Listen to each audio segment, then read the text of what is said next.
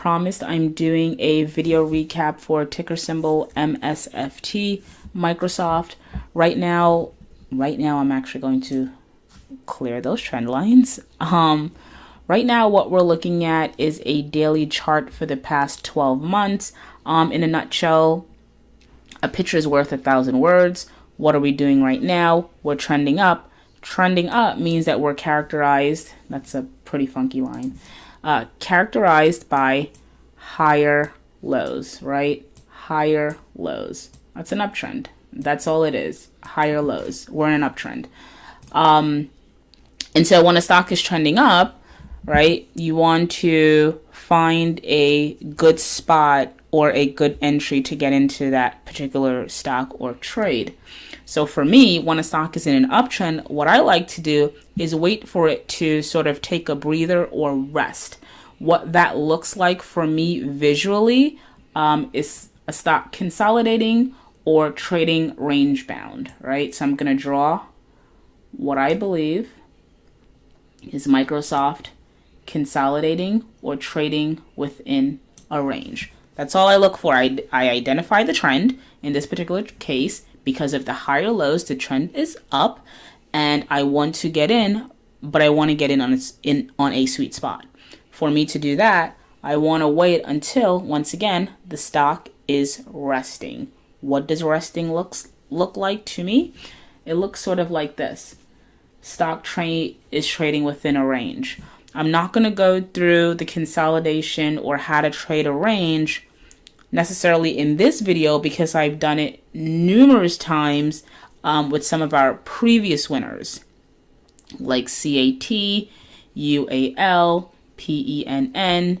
I believe it was in Yum Brands. I'm not sure. It might have been in our Baidu trade. Not sure. I've done so many videos. They're exhausting.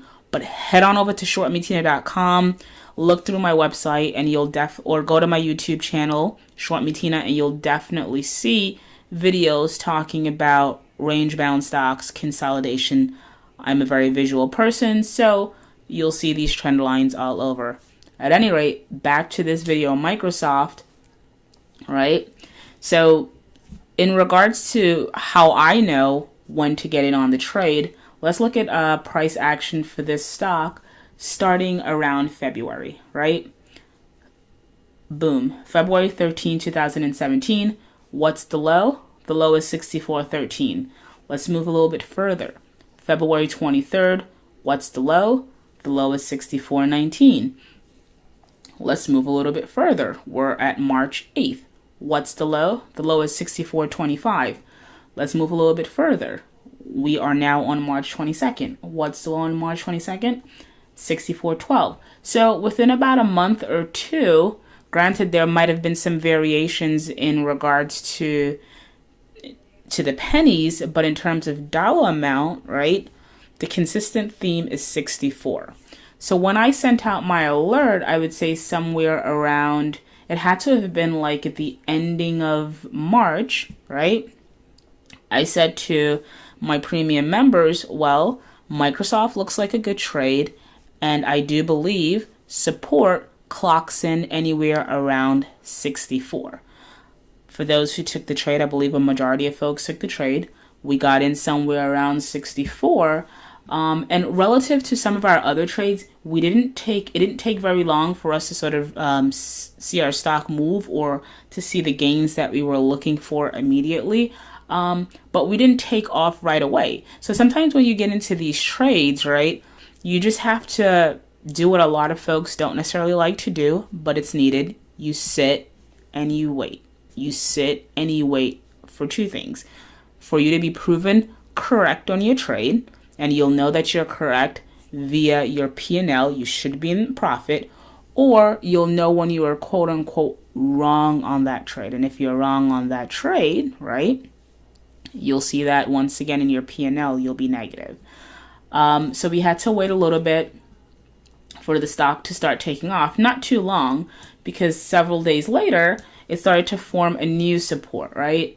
So we're in March now, low 65, March 6th, low 65.48. So 65 became the new low or the new level of support, meaning once it gets there, buyers come in and hold the stock up, right? So from, let's say, February until present, the stock has not traded below 64. So then you can say to yourself, with some level of, certainty or some level of assuredness that, well, you know what?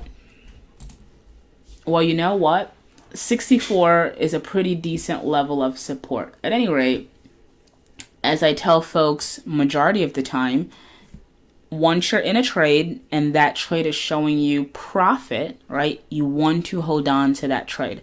That's how you're going to see those good returns, right? You're going to see the 10, 15, 20, 25, 30% returns, so on and so forth, if you hold on to your trades, right? Hold on to trades that are showing you profit. Now, I know a lot of folks, the markets are uncertain, and so when they see profit, they want to lock it in immediately. If you want to do that, that's up to you. How I sort of mitigate that need is I say to myself, well, you know what? I understand that if I want to get those sizable profits or be so much in the profit that when I'm actually wrong on the trade, I'm still overall net positive, what I tend to do for myself is I will sort of scale out of those trades, right? Once I hit a certain target, and if you go to shortmetina.com, you go, I believe, under our risk reward page, you'll kind of see the breakdown and the structure of how we kind of work with things here within the community. What I advocate or what I preach is to, you want to lock in some of your gains. You want to sell some of your shares, right, to lock in profits, but you want to hold on to a portion of them.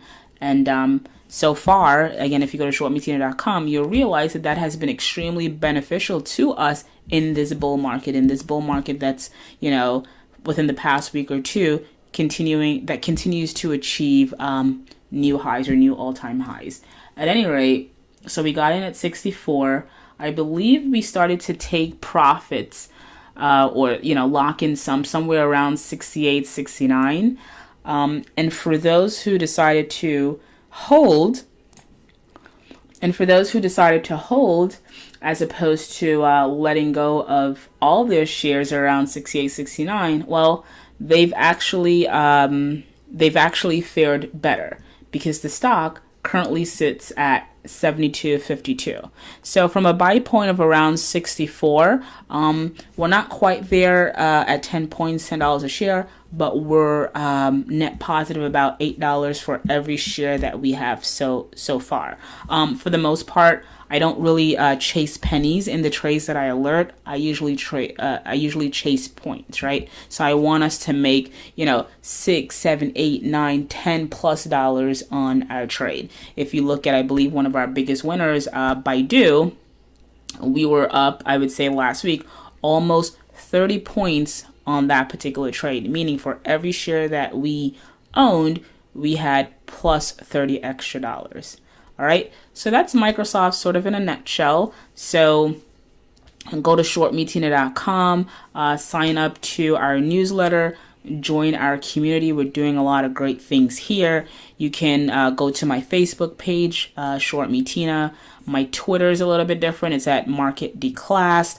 Again, once again, go to my YouTube channel, subscribe, because every time I do a video, if you're subscribed to my channel, you're alerted to it almost immediately. And while a paid membership gets you sort of these large and sizable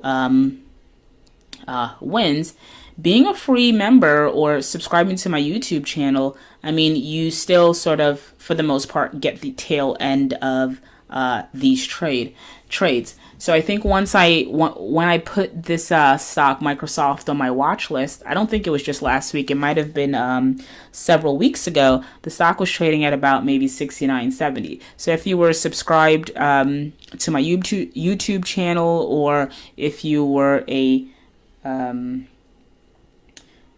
subscribed to my newsletter, or you followed me on social media, or you just go to my website every so often, you would have seen a still chart explaining this particular trade and indicating that I felt that it had more room to run. At any rate, I am going to wrap up now. I realize that we're about 10 minutes in, which is way too long for a short video recap. This is Microsoft, our Microsoft trade in a nutshell. Got in at 64. Stock currently sits at 72. It's one of your larger cap, quote unquote, boring stocks. But hey, if you can give me boring like this, 2, 3, 4 times a month, I will be okay. Anyway, so short me Tina, shortmetina.com. Thanks for listening, and thank you all for the wonderful support.